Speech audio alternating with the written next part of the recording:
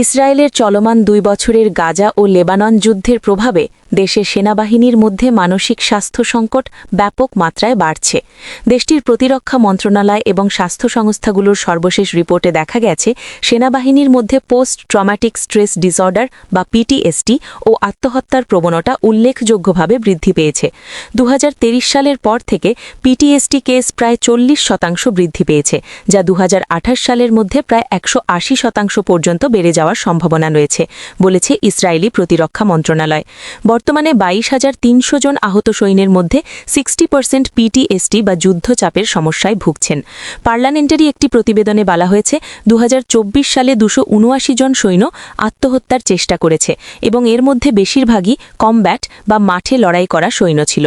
যুদ্ধ ও বিপজ্জনক পরিস্থিতির কারণে সৈন্যদের ওপর মানসিক চাপ ও মোরাল ইনজুরি বা নৈতিক হতাশা রাজনীতিও বৃদ্ধি পাচ্ছে। ইসরায়েলি স্বাস্থ্যসেবা ও প্রতিরক্ষা বিভাগ পিটিএসডি নিয়ে চিকিৎসা ও সহায়তা ব্যবস্থা সম্প্রসারণ করছে, বাজেট বাড়িয়েছে এবং বিকল্প থেরাপি ব্যবহারে প্রবণতা বাড়ছে।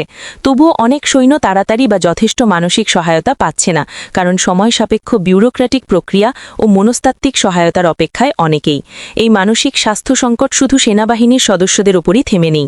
গাজার মতো যুদ্ধবিধ্বস্ত এলাকায় সাধারণ মানুষ ও শিশুরাও মানসিক টানাপড়নে ভুগছে। বহু শিশুতেই পিটিএসডির লক্ষণ দেখা যাচ্ছে।